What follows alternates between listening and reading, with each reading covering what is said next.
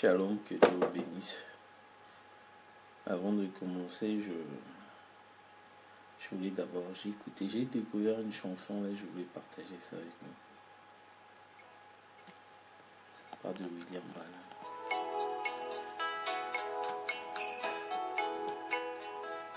Aujourd'hui, je vais parler de la révélation d'Apocalypse 17. Vous savez, avec le message, la révélation est progressive.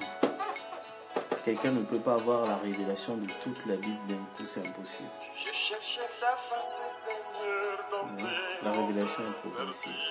William Branham nous dit, si vous avez quelque chose, si vous n'êtes pas encore prêt de le publier ou un enseignement, restez calme. Ça veut dire que si vous n'êtes pas encore prêt, c'est que la révélation va venir. Attendez quand vous aurez toute la révélation de la chose, c'est en ce moment-là vous publiez.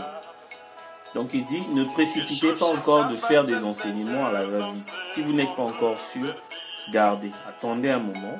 Et là aujourd'hui je vais parler d'Apocalypse 17. Le mystère de la bête, des 7 cornes, les 10 cornes et les 7 rois. Sauf que je n'ai rien à inventer. C'est la même chose que ce que William Branham a prêché. On va voir ça.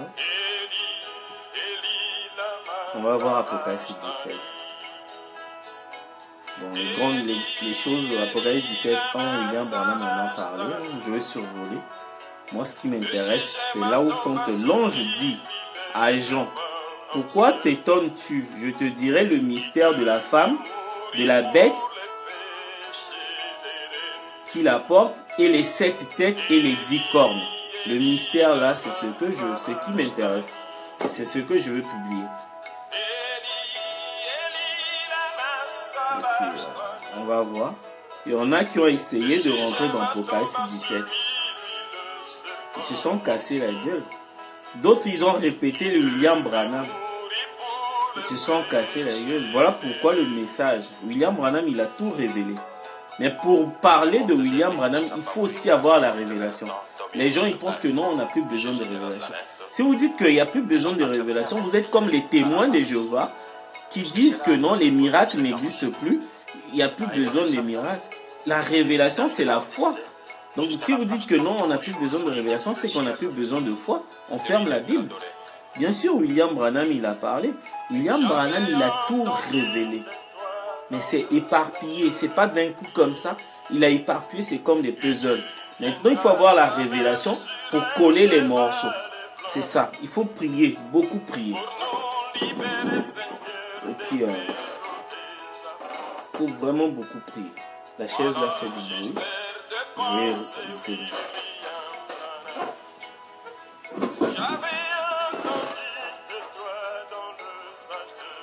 J'attends juste la chanson. Là, j'ai écouté ça toute la journée.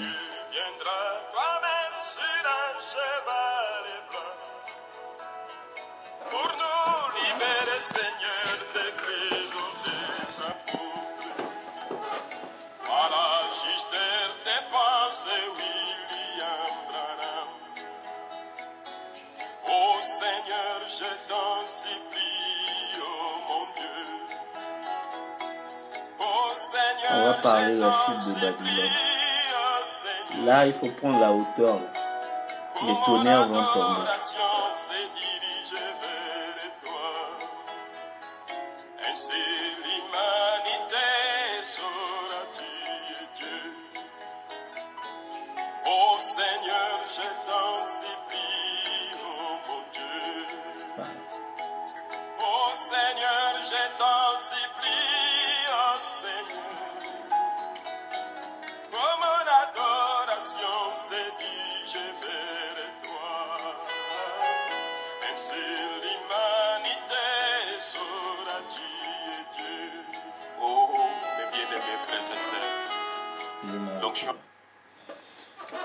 Je vais prendre Apocalypse 17.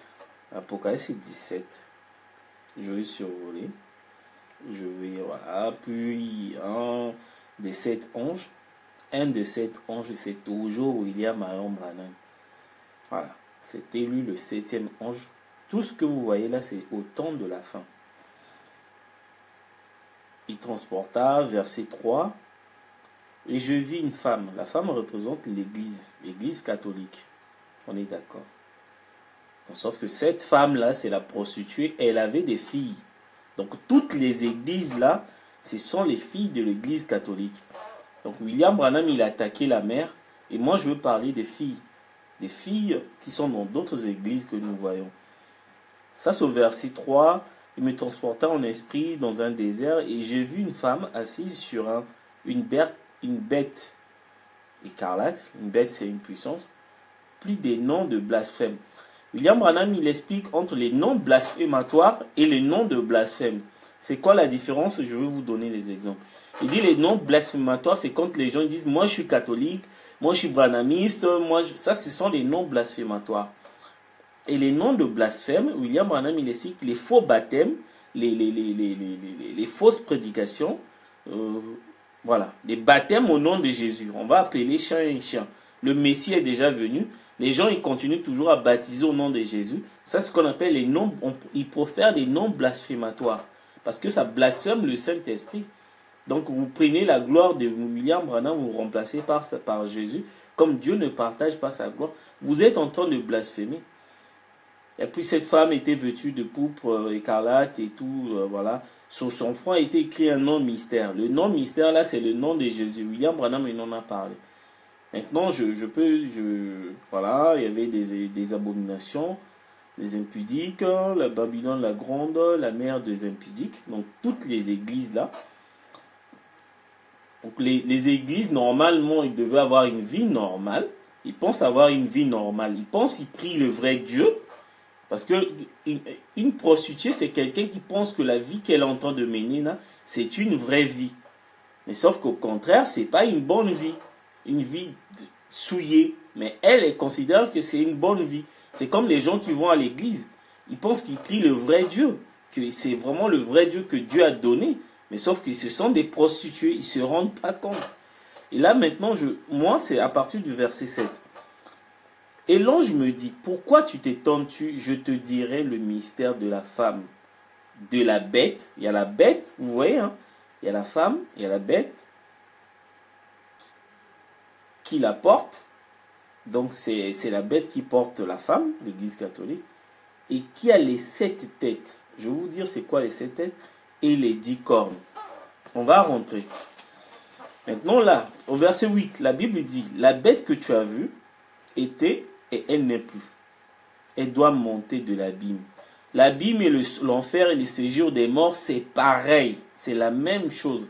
Si vous voyez la bête là, si vous allez dans Apocalypse verset 6, quand il a ouvert le 4e sceau au cheval pâle, vous allez voir, on dit que le séjour des morts l'accompagnait. Le séjour des morts et l'abîme, c'est la même chose. Là, on parle de la bête il dit...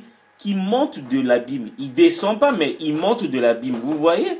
Donc, il revient de l'abîme. C'est exactement le cheval pâle. Lui aussi, le séjour de mort l'accompagne. Donc, celui qui est le cheval pâle et la bête, c'est la même chose. Vous voyez? Donc, vous collez juste les morceaux, vous allez voir. Et je pense que William Branham, il dit non, le quatrième sceau, parce que, vous voyez, les sceaux, ça a commencé d'abord par la fausse doctrine des Nicolaïtes, il a expliqué, c'est une fausse doctrine au temps de la fin, c'est la doctrine de Jésus-Christ. Après, l'Antichrist a quitté la fausse doctrine, il est rentré dans le faux prophète, voilà. Donc le faux prophète, c'est Jésus, parce que Jésus aussi était un prophète. D'après 1 Thessaloniciens 2, voilà, on parle de lui.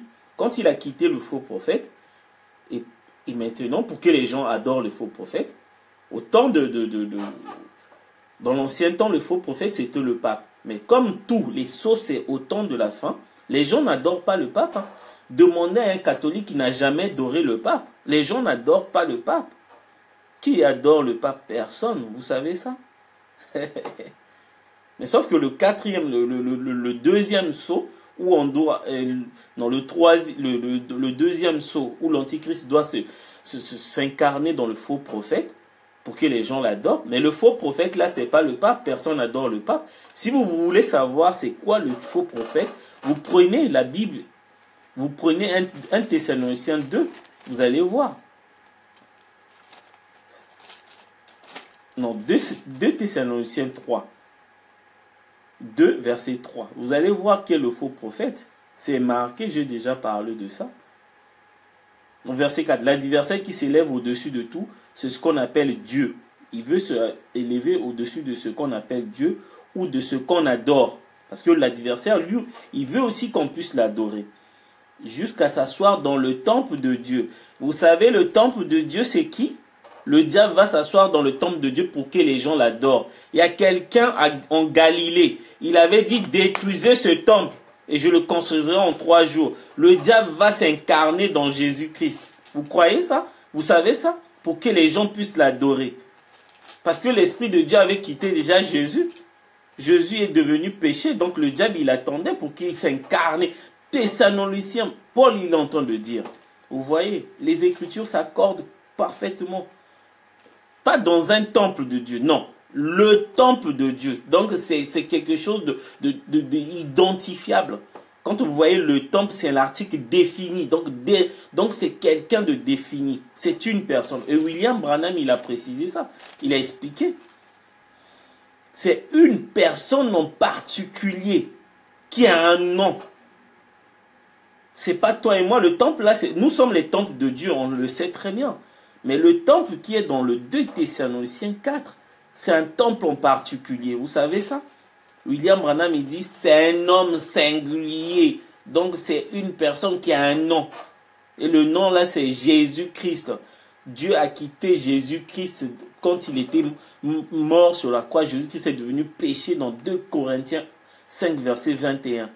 Donc, le diable devait s'incarner au temps de la fin. Pourquoi il ne pouvait pas s'incarner avant? Vous savez pourquoi? Le diable, il avait le corps de Jésus, puisque le corps, là, est devenu péché.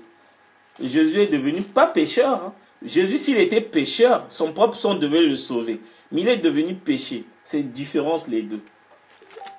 Vous savez ça. Mais sauf que le diable, il lui manquait quelque chose. Il lui manquait le nom. Il a pris le corps.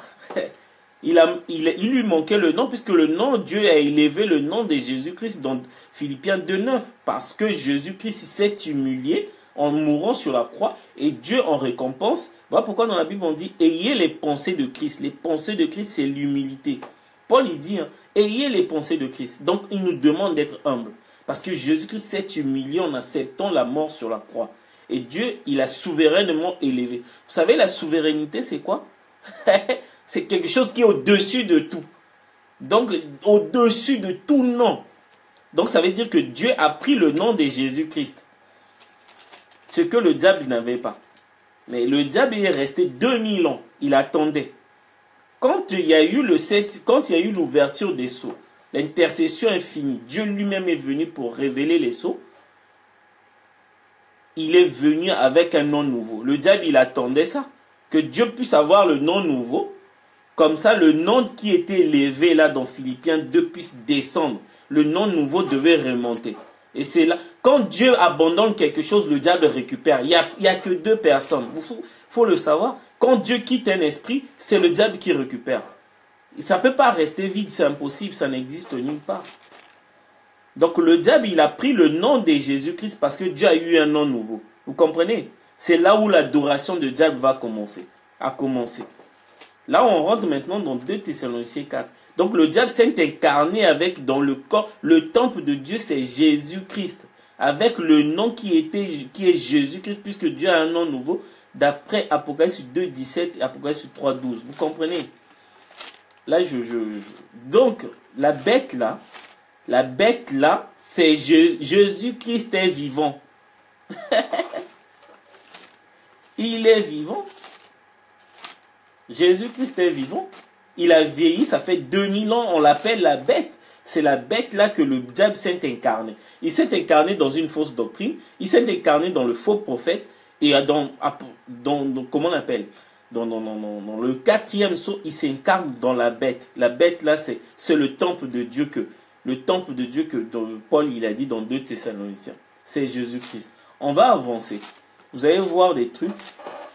Je vais vous expliquer certaines choses. Donc, et ce qui est très bien, ce qui est vraiment bizarre, sauf que la bête là se cache derrière le faux prophète. Nous à la télé, on voit le pape.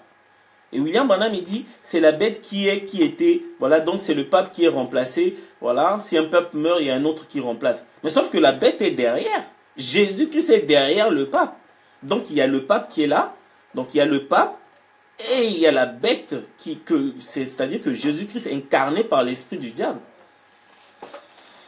Et les gens vont adorer la bête. Et on dit que non, on adore la bête, c'est le pape. Mais non, c'est faux. Personne n'a jamais adoré le pape. Qui a déjà adoré? Même les catholiques, personne n'adore le pape. Hein. La bête là, c'est pas le catholique. Le pape, c'est le faux prophète.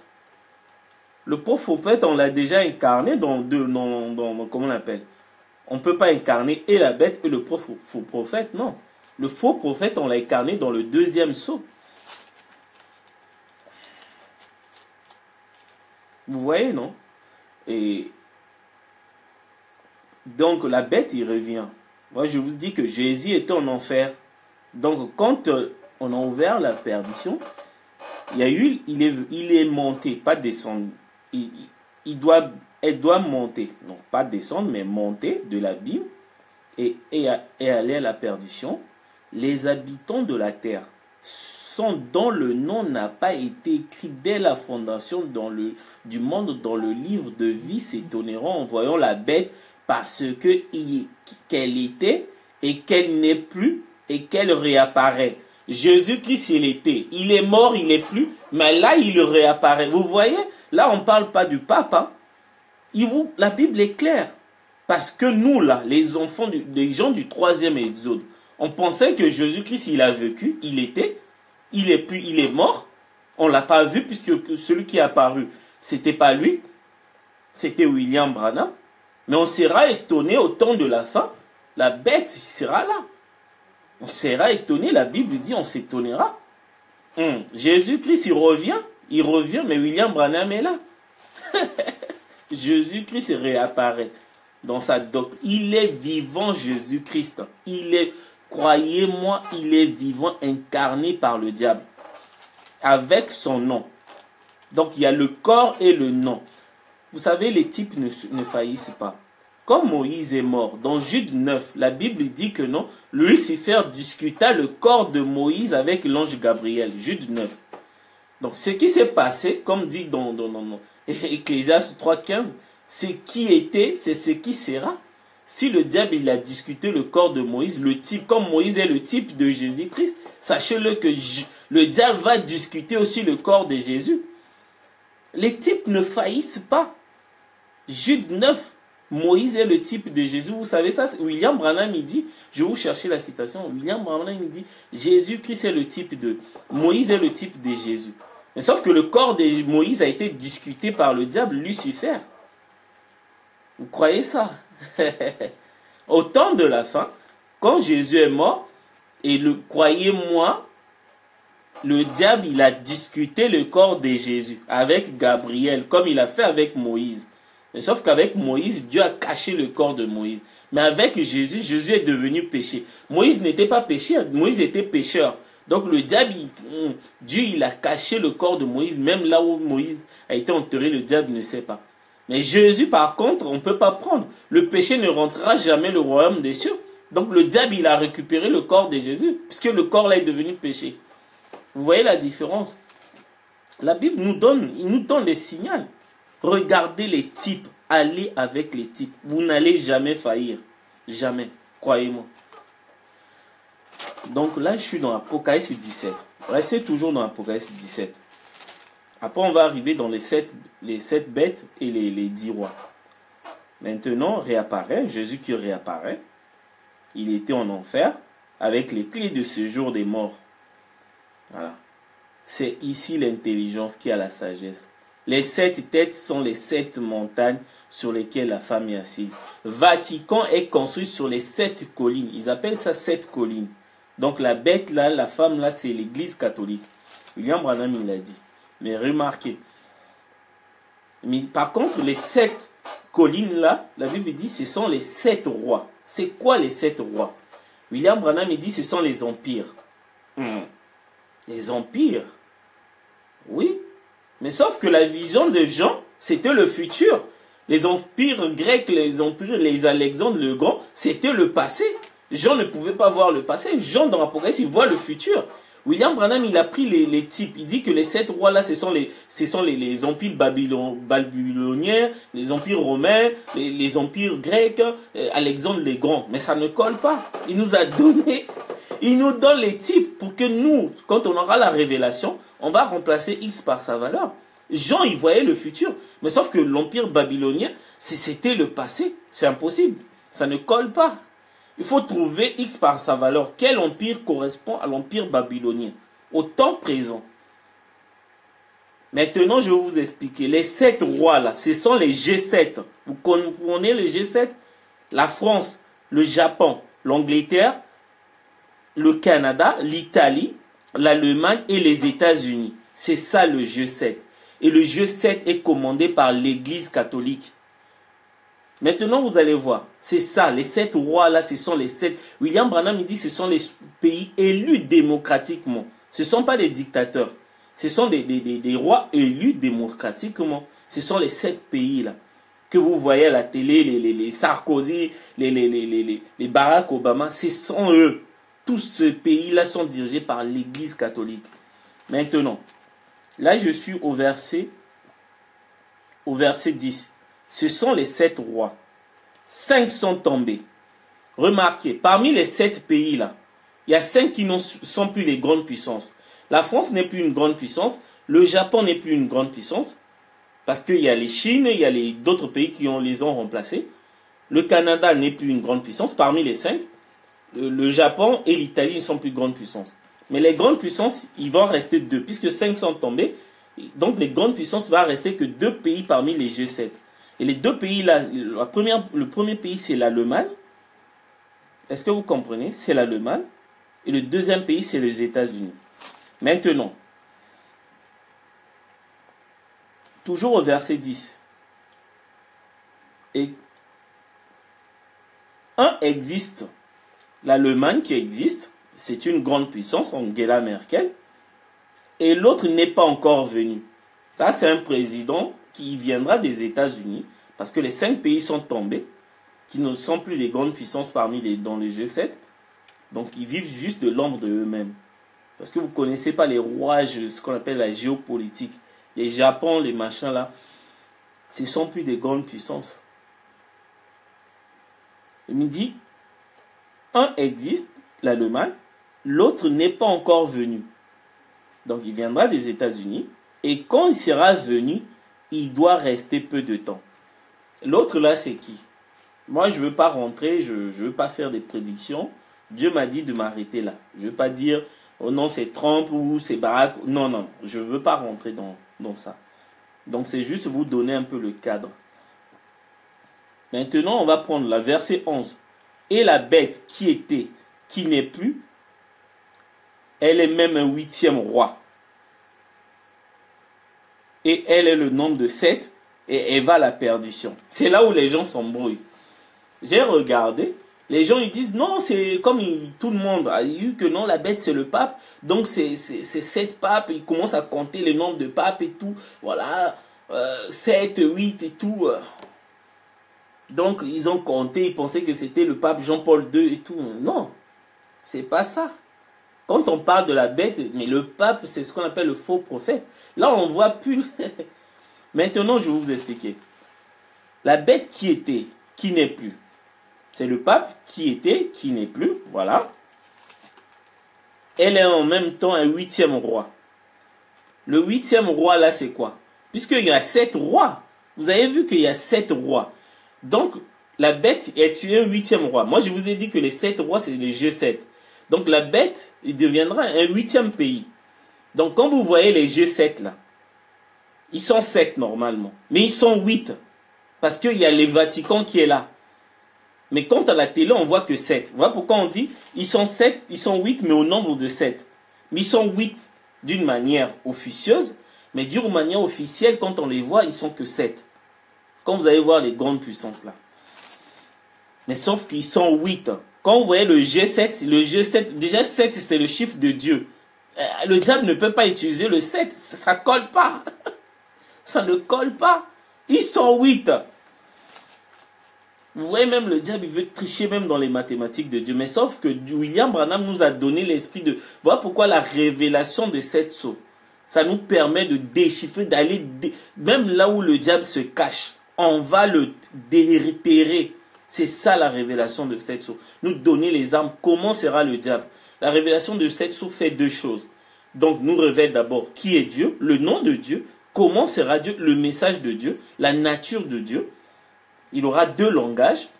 Voilà, il dirait oui, moi je suis l'enfant de Charles et tout. Voilà, les 7 sceaux nous ont révélé ça. On connaît. Et maintenant, les 7 sceaux aussi nous ont révélé qui est le diable, le nom du diable au temps de la fin, la nature du diable, quel est le message du diable, là où il va se cacher. C'est ça la révélation. Voilà pourquoi c'est la plus grande révélation de tous les temps, les 7 sceaux. C'est par rapport à ça. On révèle l'identité de Dieu que les prophètes ont voulu voir. Les noms de Dieu que Abraham, il a donné une partie à Abraham. Et Moïse a demandé qui es-tu? Dit, si les enfants d'Israël me demandent, dit, je m'appelle Jésus. Il a caché à Moïse. Il a donné juste une partie à Abraham. Même Jésus ne connaissait pas le nom de Dieu. Même le Fils ne connaît pas. Jésus ne connaissait pas le 7e sceau. Vous savez ça? Jésus, les apôtres, même Paul, ils ne connaissaient même pas le 7e sceau. C'était connaître le nom de Dieu. Même Ésaïe ne connaissait pas le nom de Dieu. Ils l'ont appelé éternel, je suis, voilà, H-A-M. Mais le nom de Dieu devait être révélé au temps de la fin. C'était ça le ministère des 7 sceaux. Vous voyez la grandeur. Et ce qui est important, parce que William Branham, il dit, on va connaître les armes du diable. Comment il va fonctionner. Vous voyez pourquoi Dieu est tellement amour. Il nous donne, il nous dit que non, ne sous-estimez pas le diable. Il est tellement malin, il a menti tout le monde. Mais ceux qui ont le nom dans le livre de vie de la nôtre depuis la fondation du monde, le diable ne peut pas les séduire, ne peut pas les tromper. Vous voyez, c'est ce qu'ils ont dit. Donc tout le monde sera dans le diable. William a dit, il y a des milliards de gens qui vont adorer le diable. Ils ne savent pas. Mais sauf que les élus qui ont le nom dans le livre de vie de l'agneau, eux par contre, jamais. Jamais le diable ne peut pas. On connaît. Donc nous, quand on voit un enseignement, on sait que c'est le diable. Quand on voit un nom, on dit que le diable est là. Sauf que les gens, ils peuvent pas. Ils sont en train d'adorer le diable et tout. Mais ils ne se rendent pas compte. Ils adorent le diable sans le savoir. Je veux revenir. Toujours dans Apocalypse 17. Voilà. On est toujours dans la... Donc, vous voyez, verset 11, la bête qui était, qui n'est plus, elle est même un 8e roi. Donc, je veux dire, il y avait 7e roi, parce que le Vatican, c'est un pays. Le Vatican, c'est pas une religion, c'est la politique, c'est un pays. Donc, ça sera le 7e pays. Le 8e pays du G7, c'est le Vatican. Et donc, il y a un président qui s'appelle le pape. Et derrière le pape, là, il y a la bête qui est là.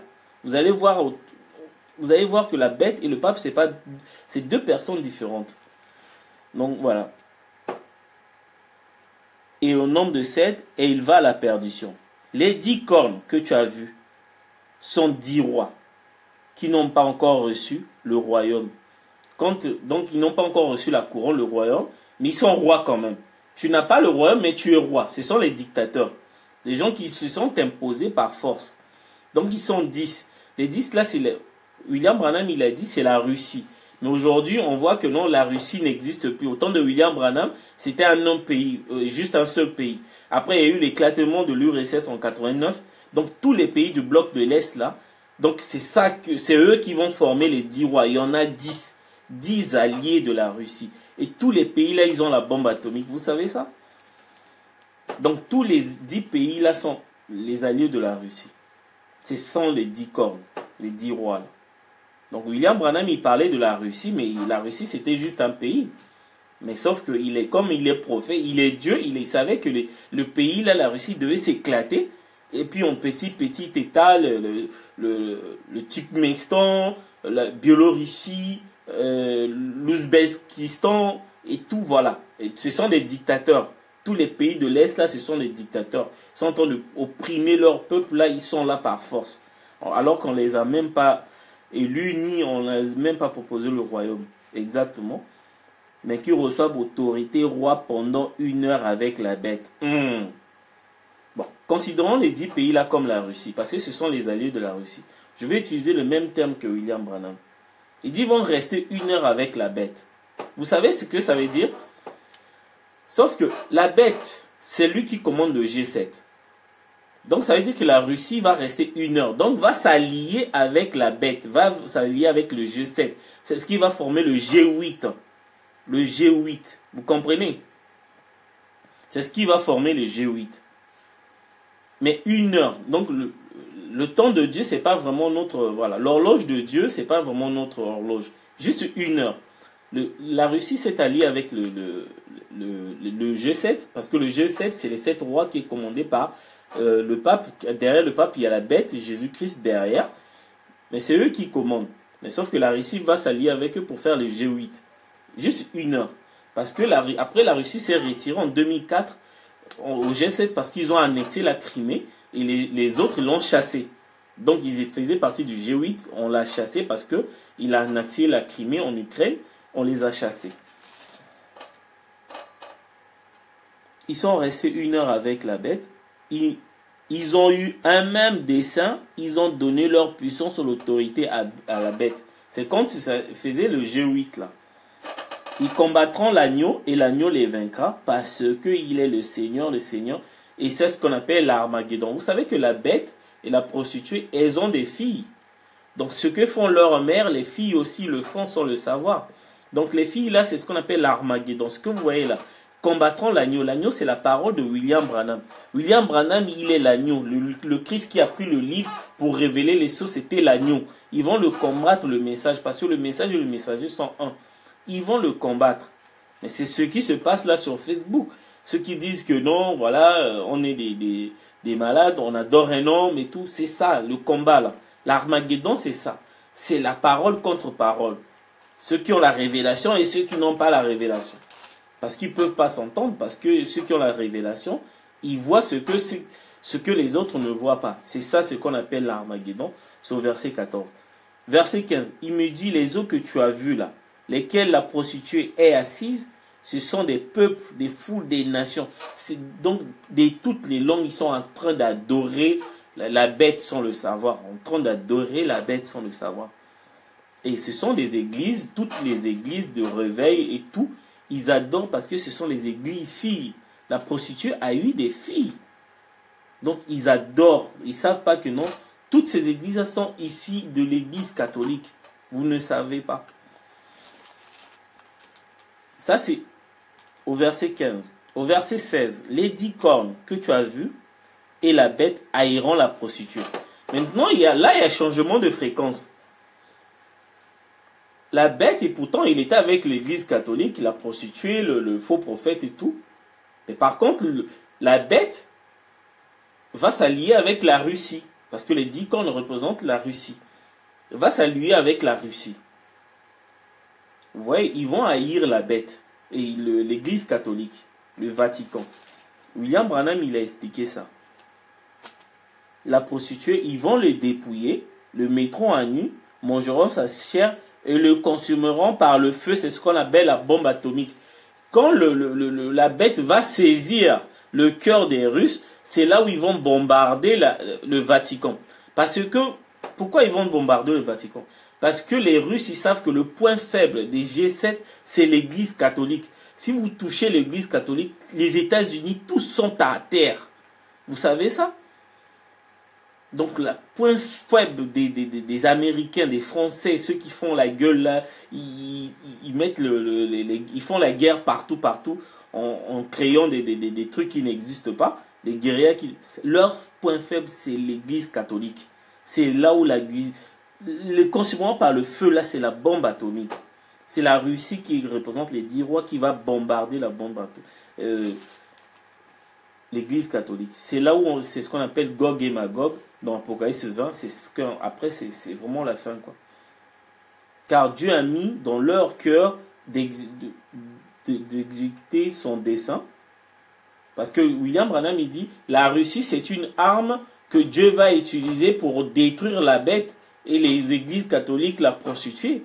Parce que la Russie, c'est une arme envers Dieu qui va l'utiliser quand ils vont utiliser la bombe atomique. Ils vont d'abord commencer à détruire, parce que les Vatican, ils savent que si on détruit, les Russes, ils savent que s'ils détruisent Vatican, les États-Unis n'ont plus la force. C'est tout.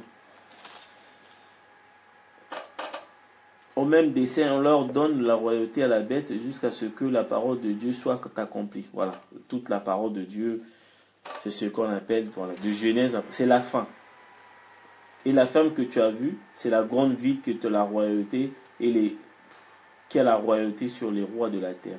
La grande ville là, c'est Rome, le Vatican. Maintenant, c'est l'église catholique, on peut dire.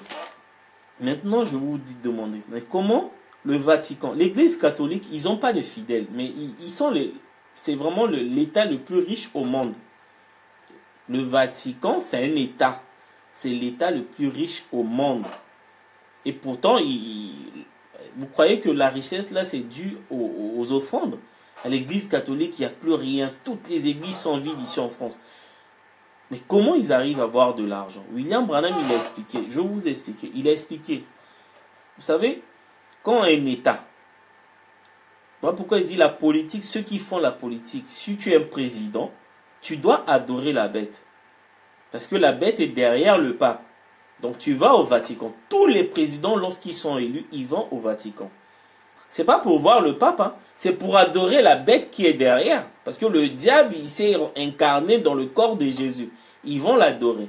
Mais sauf qu'il y a des pays qui n'ont pas voulu adorer. Quand vous ne voulez pas adorer la bête, c'est là où on fait des coups d'État. Et puis on vous traite de dictateur. Sauf que on vous traite de dictateur, c'est pas parce que vous êtes un dictateur, parce que vous n'avez pas voulu rentrer dans leur truc mystique. D'aller s'incliner au Vatican pour adorer la bête. Tout le monde, hein. Tous les pays, tout le monde. Maintenant, si tu n'adores pas la bête, vous savez que tous les pays du monde entier sont endettés.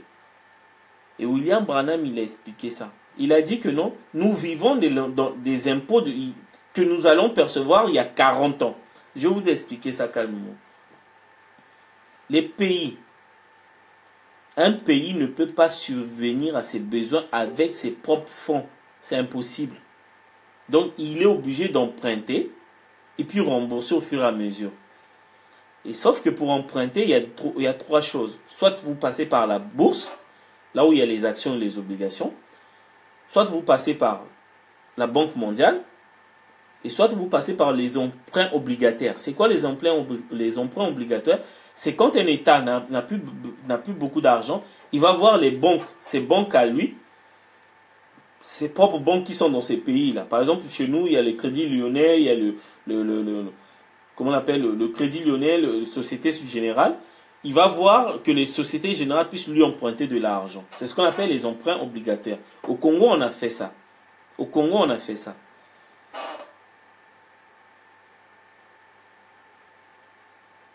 L'agneau n'a jamais eu de 7 cornes. L'agneau a eu 2 cornes. L'agneau a eu 2 cornes. L'agneau n'a pas eu 7 cornes. L'agneau a eu 2 cornes. Le corne là, les cornes, c'est le pouvoir politique et le pouvoir ecclésiastique. Donc, il aura le pouvoir sur la religion et sur la politique. Et cet agneau-là, on connaît, c'est un agneau. Comment on appelle? William Branham, il dit, l'agneau là, c'est le pape. Le pape, il a un pouvoir sur la politique parce que le Vatican, c'est un État. En même temps, pouvoir sur la religion parce que toutes les églises, c'est l'église catholique qui les contrôle. Vous voyez? C'est cet agneau-là qui s'appelle, voilà. Il n'y a pas l'agneau de 7 cornes. Hein. Moi, je n'ai jamais vu l'agneau à 7 cornes.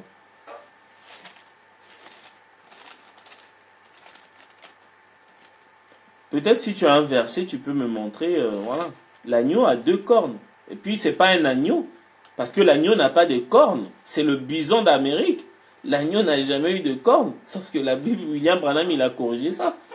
C'est le bison d'Amérique. C'est le pape qui va venir d'Amérique, là. Je ne sais pas s'il est déjà venu. Il aura un pouvoir politique et un pouvoir ecclésiastique.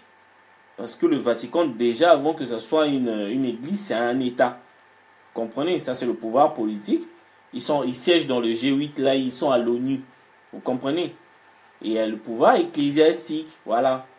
Que tout le monde doit aller adorer. Vous comprenez? Ce n'est pas l'agneau, c'est le bison. Maintenant, je voulais parler.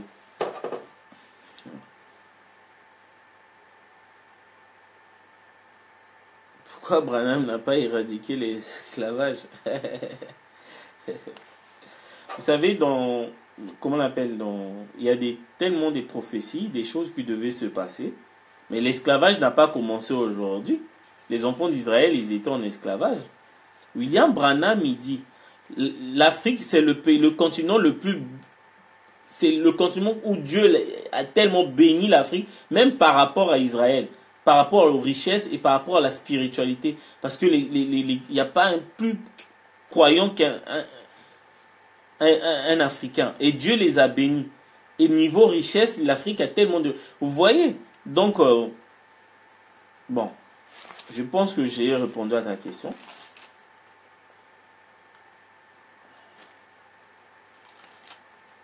On demande pourquoi il n'a pas réduit l'esclavagisme. Mais il faut que des choses existent. Pourquoi seulement l'esclavagisme? Il faut aller, pourquoi pas la maladie? Pourquoi pas, voilà. Tout ça là pour montrer que Dieu existe. Si il y a la maladie, c'est qu'on veut montrer que quelque part il y a la guérison. Donc pour montrer que Dieu existe. S'il y a l'esclavagisme, c'est qu'il y a la liberté derrière pour que Dieu existe. Si tu veux être libre, il faut aller vers Dieu que de rester dans l'esclave. Et l'esclavagisme, c'est pas seulement d'une manière physique. Hein. Même esclave du péché. Même tu es là. Tu peux être esclave de la masturbation. On ne sait pas, je ne connais pas ta vie. Tu es esclave. On est souvent esclave de quelque chose. On n'est pas souvent esclave de quelqu'un, mais on peut être aussi esclave de quelque chose. Voilà. L'esclavagisme, c'est dans plusieurs domaines. Toi, tu vois juste entre homme et homme, mais toi-même, tu peux être esclave de quelque chose. Est-ce que tu arrives à te libérer? Tu peux être, par exemple, esclave de dépenser l'argent tu es capable de rester affamé pour acheter des costards à la rue Mélèe et tout. Tu es esclave. Tu es esclave. S'il y a une chaussure ou un truc qui est sorti, si tu l'as pas, tu peux pas dormir. Tu es esclave de quelque chose. Arrive d'abord à se défaire de cet esclavagisme-là. Et puis je vais t'expliquer que voilà, tu comprends.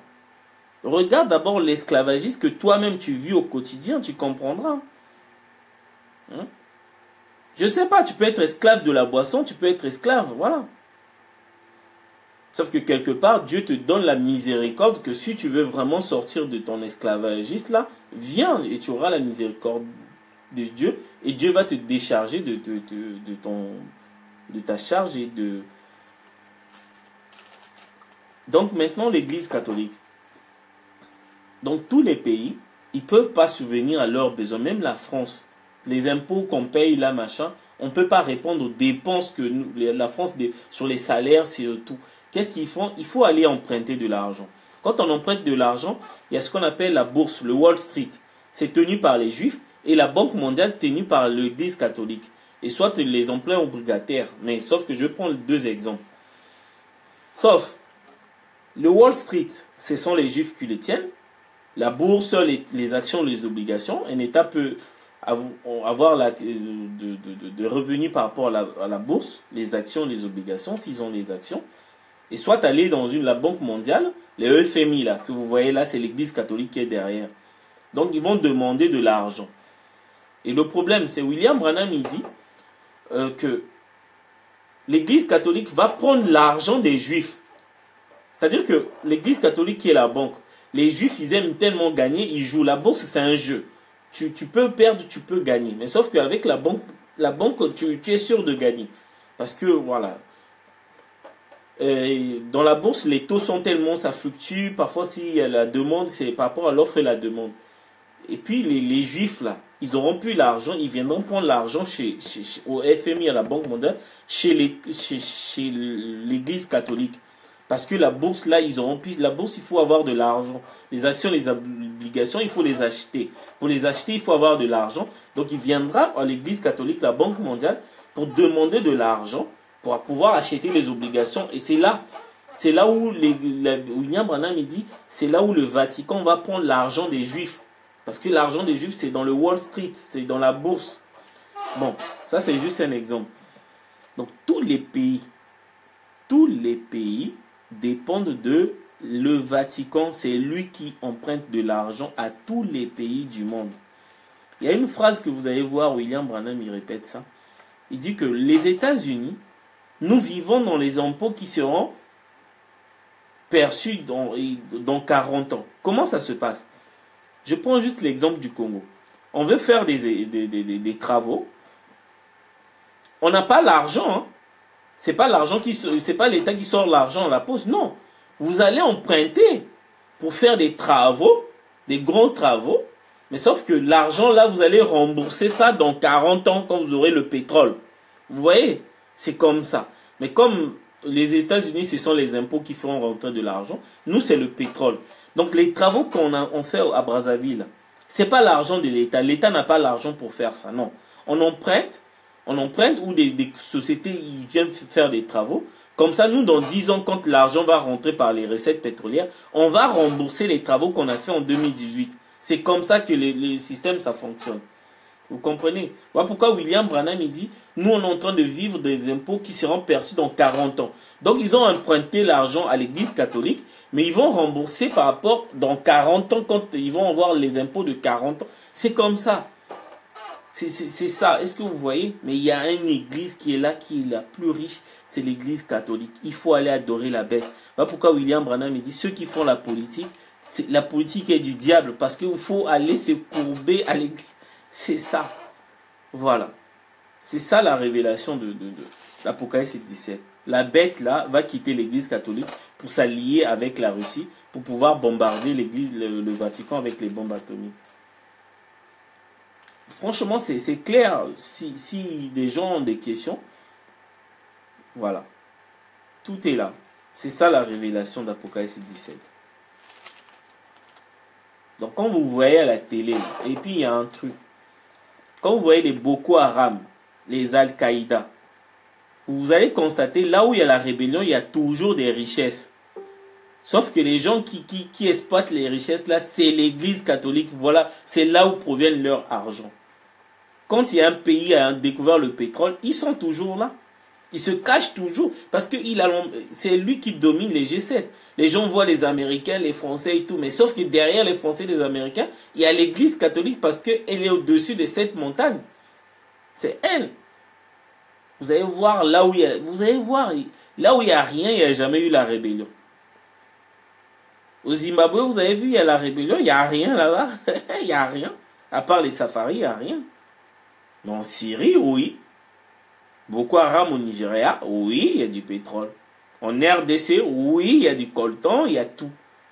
Ils sont là derrière. Mais vous ne pouvez pas les voir. Ils sont 8 au nombre de 7. C'est-à-dire qu'ils se cachent derrière les États-Unis, l'Angleterre, voilà, vous voyez juste les Américains. Dès qu'on découvre le pétrole, ils sont là. Mais ce n'est pas les Américains, c'est l'église catholique. Voilà. Ce n'est pas une église. Et ceux qui prient au nom de Jésus-Christ, ils adorent la bête. Voilà. Donc, vous voyez, c'est ça le mystère. Si vous comprenez ce qu'on appelle la géopolitique, comment les États vont emprunter de l'argent pour faire vivre, pour payer les salaires. Parce qu'ils adorent la bête. Voilà pourquoi si tu veux rentrer au gouvernement, on t'oblige de rentrer dans leur secte. Ils ont adoré. Toi, tu dois adorer. Parce que l'argent que tu vois, tu ne sais même pas d'où ça vient. C'est l'église catholique qui donne. Hein, qui donne aux nouveaux adhérents. Vous croyez quoi? L'État congolais a l'argent pour donner aux francs-maçons là? Nous, on n'a pas l'argent. Il n'y a pas l'argent au pays. Mais l'argent là, ça sort d'où? Malgré la crise, ils ont des vêtements. Dès que quelqu'un est franc-maçon, mais d'où sort cet argent? Ça vient de l'église catholique. Parce qu'ils ont accepté d'adorer la bête. C'est comme ça. Ils ont l'argent, ils donnent. Ils donnent aux États. Donc, ils sont capables d'affamer un État, de ne pas construire les hôpitaux, mais de donner l'argent aux ceux qui adhèrent leur secte. Mais vous, par contre, ils sont incapables d'acheter des médicaments. Ils n'ont rien à foutre. C'est l'adoration qui compte. Vous allez comprendre tout ça. Comment un pays comme le Congo-Brazzaville, on a eu tellement de recettes pétrolières, on a vu des Pays-Bas à 10 chiffres. Le CHU, je suis allé, quand je suis allé voir là où, quand ma mère était, je suis allé voir les mêmes peintures que j'ai laissées en 2004. Mais comment on a l'argent, on peut vraiment laisser la population de souffrance. Mais sauf que, non, ils n'ont rien à foutre. Il faut adorer la bête. Là-bas, c'est vraiment, hein, c'est clair. Mais sauf que ceux qui sont dans les églises, les autres églises, mais vous adorez comme eux. Voilà pourquoi vous n'allez jamais voir un franc-maçon se repentir. C'est du mensonge. Parce qu'un franc-maçon qui se répand, il va toujours adhérer à l'église catholique. Donc, il revient encore à la maison mère. Oui, j'ai quitté la franc-maçonnerie pour... C'est faux. Parce que c'est la même chose. Un franc-maçon, quand il voit les églises, il se moque de vous parce que vous priez la même chose. Vous priez la même chose. Parce que dans la franc-maçonnerie, les gens utilisent la Bible. Ils invoquent le nom de Jésus. Ils croient en Dieu dans la franc-maçonnerie. Ils prient Jésus-Christ. Le même Jésus que vous priez là. Eux ici, ils prient. Mais c'est la bête. Parce qu'ils savent que le Jésus qui prie, c'est la bête. Vous allez comprendre. Hein? Voilà pourquoi. Mais comment des États, vraiment, donc on vous met tellement en souffrance pour que vous ayez quémander. Et puis, voilà, vous êtes tellement dans la misère et tu auras besoin de l'argent. Tu vas te demander de l'argent. On te demande, si tu veux avoir de l'argent, viens adorer. C'est comme ça qu'ils incitent les gens. Ils vous mettent affamés. Ils font affamer tout un pays pour que les gens viennent adorer. Parce que tu auras besoin d'argent. L'hôpital, tu ne peux pas payer. Il n'y a plus de médicaments. Il faut aller dans les privés. Mais tu n'as pas besoin de l'argent. Mais de l'autre côté, on te propose. Tu vas aller adorer la bête. Et la bête, là, c'est... Donc, ceux qui vont à l'église et ceux qui vont à la franc-maçonnerie, c'est la même chose. Un franc-maçon, il sait que si... Sauf qu'ils sont ignorants. Parce qu'il sait que s'il quitte la franc-maçonnerie, parce qu'il signe des pactes, s'il quitte la franc-maçonnerie, où est-ce qu'il va se cacher? Mais il a oublié qu'il y a une 7e ville de refuge qui s'appelle William Branham. Si un franc-maçon quitte la franc-maçonnerie, il vient chez William Branham, il est protégé parce que là-bas, ce sont des menaces. Si tu leur quittes, ce sont des menaces. Mais la 7e ville, c'est William Marion Branham. Vous quittez la France, c'est le seul endroit où un franc-maçon peut se réfugier. C'est le seul endroit au monde où un franc-maçon peut se réfugier. C'est William Marion Branham.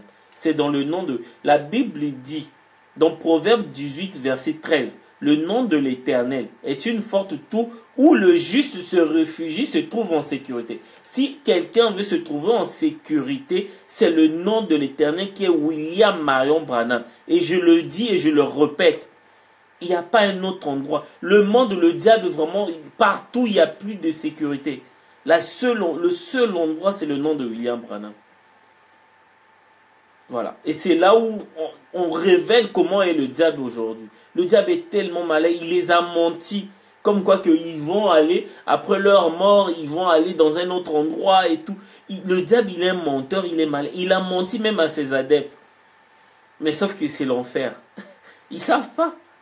Ils disent que la vie que vous menez là, vous pouvez en mener une fois que vous serez mort. Mais sauf que si vous mourrez, vous allez en enfer. Mais le diable, il les a cachés. Il leur a donné de l'argent. Donc vous comprenez d'où provient l'argent des francs-maçons là, non? Voilà. Ça provient de l'église catholique. C'est pas l'État congolais. L'État congolais n'a pas... Les États n'ont pas l'argent pour donner à d'autres. Les États n'ont pas l'argent. Tous les pays sont endettés. Pire encore les États-Unis. C'est le pays le plus endetté au monde, hein, les États-Unis. On n'en parle pas. C'est ça. Vous comprenez? Je suis là, si des questions sur Apocalypse, on peut rentrer. Et puis on va parler. Donc je voulais vraiment parler un peu de la bête. La bête là, c'est Jésus-Christ. William Branham, il dit, il vient s'installer dans le temple de Dieu. Donc, entre parenthèses, homme singulier. Donc, une personne particulière. Jésus-Christ était le... Détruisez ce temple, je le construis en 3 jours. La bête va venir s'incarner. C'est ça. Il est vivant, Jésus-Christ. Hein. Et moi, je suis encore allé très loin. Il saigne encore.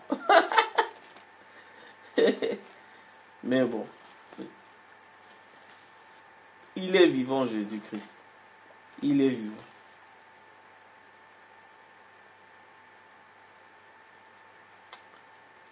Que Dieu vous bénisse. Que William Marion Branham vous bénisse. Parce que je veux encore écouter la chanson là, c'est génial. Le Messie est déjà venu. Il s'appelle William Branham.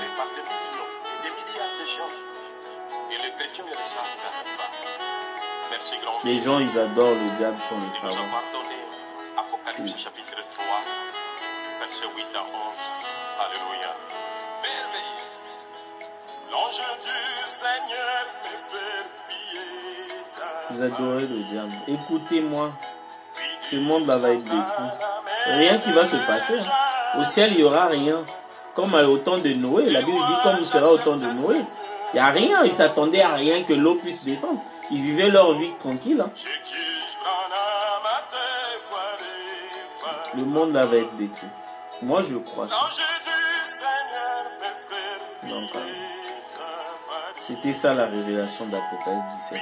Si quelqu'un pense que je suis dans la fausseté, c'est une fausse révélation qui vient me prouver le contraire avec les Écritures. Le message là, il faut avoir la révélation. Il faut avoir la révélation. Si quelqu'un dit qu'on n'a plus besoin de la révélation, c'est que ça veut dire qu'on n'a plus besoin de foi. Parce que la foi, c'est la révélation. Oh, il a tout révélé. Oui, William Branham, il a tout révélé, mais pour comprendre, il faut avoir aussi la révélation. La révélation ne finit pas. Ah.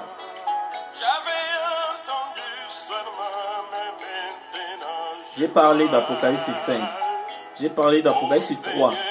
J'ai parlé d'Apocalypse 5, le lion. J'ai parlé d'Apocalypse 6, la révélation des sceaux. J'ai parlé déjà d'Apocalypse 7, les 144 000. Ce sont ceux qui sont rentrés en Israël en 1946 pour la construction d'Israël. C'est a déjà compris. J'ai parlé de l'Apocalypse 8 sur les 7 sceaux. J'ai pas parlé de l'Apocalypse 9. Je parlais des sauterelles, les 10 plaies. Je parle. Si Dieu m'aide, me donne la révélation, quand je serai prêt, je vais parler de ça. J'ai parlé d'Apocalypse 10, le 7e. L'ange qui descend du ciel, c'est William Branham. Quand il vient, tous les mystères sont révélés. Les gens qui disent que non, le 7e son n'est pas révélé. William Branham, il dit, l'ange, il dit tous les mystères de Dieu, tout de Genèse, Apocalypse est révélé. Sont révélés. Apocalypse 11, c'est le 2 témoins. Élie et Moïse, c'est une seule personne, William Branham. Apocalypse 12, c'est la femme au soleil. C'est le début du christianisme tout au long des âges jusqu'à Apocalypse 12, 14. C'est là où l'aigle vient et prend les élus sur les ailes. Et derrière, ceux qui sont restés, c'est la marque de la bête. Jusqu'à Apocalypse 13, la marque de la bête. Apocalypse 14, la marque de la bête. Et Apocalypse 17, c'est la bête. Et puis voilà. Je vais parler d'Apocalypse 20 de Gog et Magog. Oui. Si Dieu me fait grâce, me donne encore. Voilà. Je prie. Et puis je vais expliquer. Et si les personnes disent, les brochures sont là, la Bible est là. Si la personne dit que non, j'ai tort, qu'ils viennent me montrer le contraire. Que Dieu vous bénisse.